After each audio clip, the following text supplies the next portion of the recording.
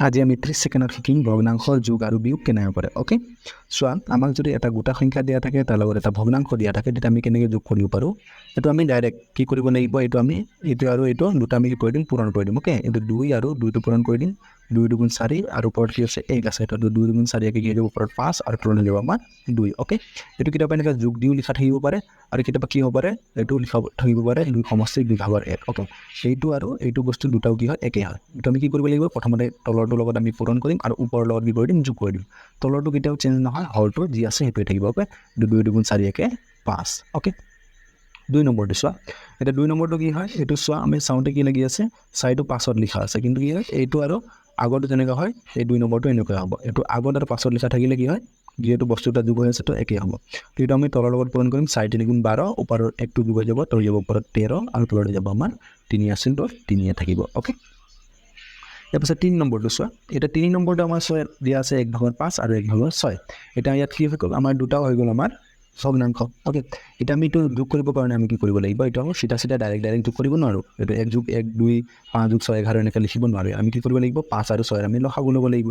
এতিয়া 5 আৰু 6 লসাগু হৈ যাব 5 6 গুণ 30। অ'কে, এতিয়া 5ৰে 30ক কেইবাৰ যাব হৰণ, 5ৰে 30ক যাব 6 বাৰ, 5 6 গুণ 30 আৰু ওপৰত 1 আছে, তো আমাৰ হৈ যাব 1টো পূৰণ। অ'কে, এতিয়া যোগ আছে যোগ, আকৌ এইটো 6ৰে 30ক আমি কেইবাৰ হৰণ দিম, 5 বাৰ যাব, 5 6 গুণ 30 নাই জানো, মানে 6ৰে 30ক 5 বাৰ আৰু ওপৰত আছে 1, তো 1টো আমাৰ হৈ যাব পূৰণ। অ'কে, এটা হৈ গ'ল আমাৰ তলত 30, ওপৰত এইটো 6 গুণ 6 যোগ এইটো হৈ যাব 5 গুণ 5, তো ওপৰত হ'ব আমাৰ 6 5 11 আৰু তলত হ'ব 30, তো আমাৰ উত্তৰটো হৈ যাব 11/30।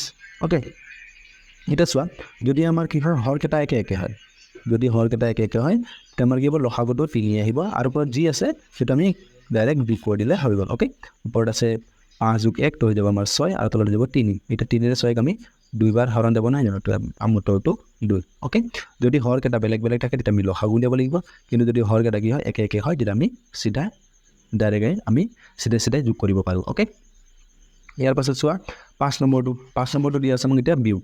এতিয়া বিয়োগত কি দিয়া আছে আমাক 1/3 বিয়োগ 1/6। অ'কে, এতিয়া আমি কি কৰিব লাগিব, 3 আৰু 6 লসাগু উলিয়াব লাগিব। এতিয়া 3 আৰু 6 লসাগু কি হ'ব, 3 আৰু 6, এইটো 3ৰে যাব, 3 গুণ 3 3 দুগুণ 6, তো আমাৰ লসাগু হৈ যাব 1 3 গুণ 3 3 দুগুণ 6, তো আমাৰ লসাগু হ'ব 6। অ'কে, এতিয়া 3ৰে 6 যাব, 3 দুগুণ 6 2 বাৰ হৰণ যাব, ওপৰত 1 আছে, তো 1টো আহি যাব, এইটো আছে বিয়োগ, তো বিয়োগ আকৌ 6ৰে 6 কেইবাৰ যাব হৰণ, এবাৰ যাব আৰু ওপৰত আছে 1, তো আমি লিখি দিম পূৰণ 1। অ'কে, তো এইটো হৈ যাব আমাৰ হৰত 6, ওপৰত হ'ব 2 গুণ 2 বিয়োগ 1 গুণ 1, তো 2ৰ পৰা 1 গ'লে হৈ যাব আমাৰ 1 আৰু তলত হৈ গ'ল আমাৰ 6, তো আমাৰ উত্তৰটো হ'ব 1/6। অ'কে, এনেকৈ 6 আমাক কি দিয়া আছে 12 1/12 আৰু 1/3, তো আমি কি কৰিব লাগিব, প্ৰথমতে যিহেতু হৰকেইটা বেলেগ বেলেগ হয়, 3 আৰু 12ৰ আমি লসাগু উলিয়াম, 2টা আকৌ 3ৰে হৰণ যাব, 3 গুণ 3 1 4 12, 3 4 গুণ 12, এটা আৰু নাযায় আৰু 3 গুণ 3 3 4 গুণ 12, আমাৰ লসাগু হ'ব 12। এতিয়া 12ৰে 12 হৰণ যাব এবাৰ আৰু ওপৰত 1 আছে, তো 1টো পূৰণ হৈ গ'ল বিয়োগ, 3ৰে 12 যাব 3 4 গুণ 12, ওপৰত আছে 1, তো 1টো হৈ যাব আমাৰ পূৰণ।